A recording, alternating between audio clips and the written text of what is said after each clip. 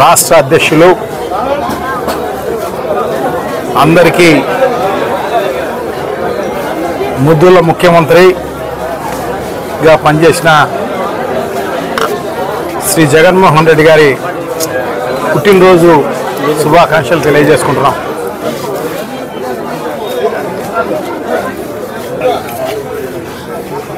So Jaganmohan Reddy గారు ఆయన ఏ సందర్భంలో కాంగ్రెస్ పార్టీ నుంచి బయటకు వచ్చినారనేది అందరికీ బాగా తెలుసు. వైఎస్ రాజశేఖర రెడ్డి గారి మరణం తర్వాత ఆయన కుటుంబాన్ని కాంగ్రెస్ పార్టీ అయితేనేమి తెలుగుదేశం పార్టీ అయితేనేమి అందరూ కూడా రాజకీయాలకు సంబంధం లేకుండా ఉన్న జగన్మోహన్ రెడ్డి గారిని అనేక రకాలుగా కేసులు పెట్టి ఇబ్బందులు చేసి బయటికి పంపించే కార్యక్రమం చేయడమే కాకుండా ఆయనను అన్యాయంగా అనవసరమైన కేసులన్నీ కూడా ఆయనకు సంబంధం లేని కేసులన్నీ కూడా పెట్టి జైల్లో 16 నెలలు జైల్లో పెట్టి ఆయన కుటుంబాన్ని వైఎస్ఆర్ కుటుంబాన్ని అంతా కూడా ఇబ్బందులు చేసిన పరిస్థితి గతంలో మనం చూసాం. అటువంటి పరిస్థితుల్లో ఏమాత్రం అధైర్యపడకుండా ఏమాత్రం కాంగ్రెస్ పార్టీతో కానీ ఇంకొకరి పార్టీతో కానీ రాజీ పడకోకుండా ధైర్యంగా ఎదుర్కొని ఒక పార్టీని స్థాపించి ఆ పార్టీని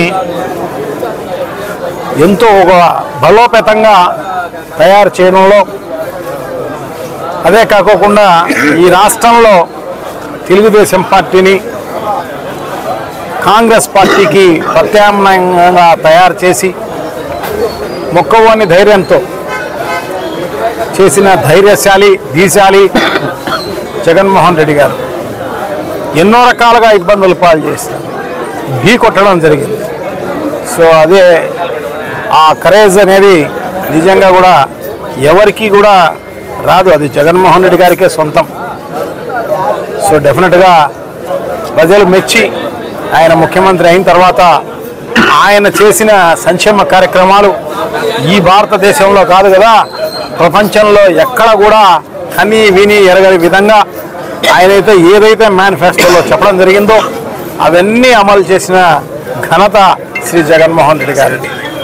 గతంలో మనం చాలా పార్టీలను చూసాం, చాలా రాష్ట్రాల్లో చాలా దేశాల్లో చూడడం జరిగింది.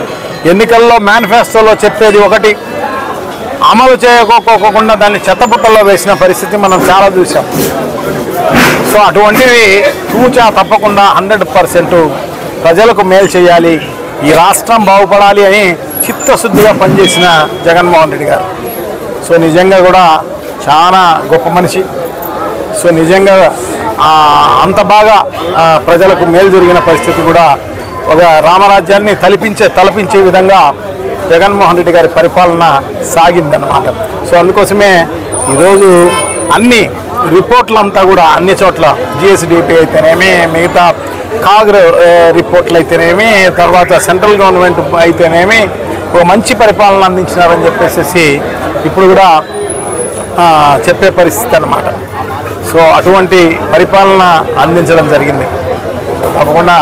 సో అటువంటి ముఖ్యమంత్రిని మళ్ళీ తెచ్చుకోవాలని ఇప్పుడు ప్రజలందరూ కూడా కోరుకుంటున్నారు. ఎందుకంటే పాలిచ్చే ఆవును వదులుకొని తన్నే దున్నపోతులు తెచ్చుకున్నామని చెప్పేసి, ఎందుకంటే చంద్రబాబు నాయుడు గారు అనేక రకాలుగా అబద్ధాలు చెప్పి ప్రజలను మభ్యపెట్టి మోసగించి ఈవీఎంలు మేనేజ్ చేసి తద్వారా వాళ్ళు ముఖ్యమంత్రి అయినారు తప్ప ఇంకో రకంగా కాదనమాట. ఈవీఎంల మేనేజ్మెంట్ లేకపోతే డెఫినెట్గా మళ్ళీ జగన్మోహన్ రెడ్డి గారు ముఖ్యమంత్రి అయ్యిండు, ఇంకొక 40 ఏళ్ళు ముఖ్యమంత్రిగా ఉండే అవకాశం అతనికి మాత్రమే ఉండేది.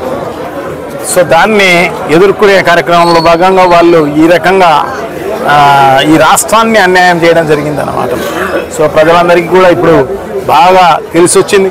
సో డెఫినెట్గా వాళ్ళందరూ కూడా ఎప్పుడు ఎలక్షన్లు జరిగినా కూడా ఒక మంచి రిజల్ట్ తోటి జగన్మోహన్ రెడ్డి గారిని మళ్ళీ ముఖ్యమంత్రిని చేసుకున్నామని చెప్పేసి ప్రజలందరూ కూడా భావిస్తున్న పరిస్థితుల్లో సో ఈరోజు ఆయన మళ్ళీ ఈరోజు 52వ జన్మదినోత్సవ కార్యక్రమంలో ఆయనకు శుభాకాంక్షలు తెలియజేసుకుంటూ ఆయన కుటుంబ సభ్యులందరూ కూడా ఆయురారోగ్య ఐశ్వర్యాలతో మళ్ళీ తొలుతూగాలని, అదే కాకుండా ఈ రాష్ట్రాన్ని బాగా పరిపాలించే దిశకు తీసుకుపోయే విధంగా ప్రజలందరూ కూడా ఈరోజు ముందు ఉన్నారని చెప్పేసి తెలియజేసుకుంటూ, సో ఈరోజు పాల్గొన్న అందరూ కార్యకర్తలకు, నాతో పాటు పాల్గొన్న మా మాజీ డిప్యూటీ ముఖ్యమంత్రి వర్యులు శ్రీ అంజద్ బాషా గారు, అలాగే మేయర్ సురేష్ బాబు గారు, సో అదే కాకుండా వివిధ కేడర్లలో పనిచేస్తున్న వైఎస్ఆర్ కాంగ్రెస్ పార్టీ నాయకులందరూ కూడా ఈరోజు పెద్ద ఎత్తున ఈ సెలబ్రేషన్ అంతా కూడా చేసుకుంటున్న కార్యక్రమం అన్నమాట.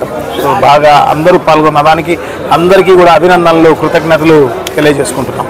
సో మరొకసారి జగన్మోహన్ రెడ్డి గారికి శుభాకాంక్షలు తెలియజేసుకుంటూ సెలవు తీసుకుంటాం. జై జగన్.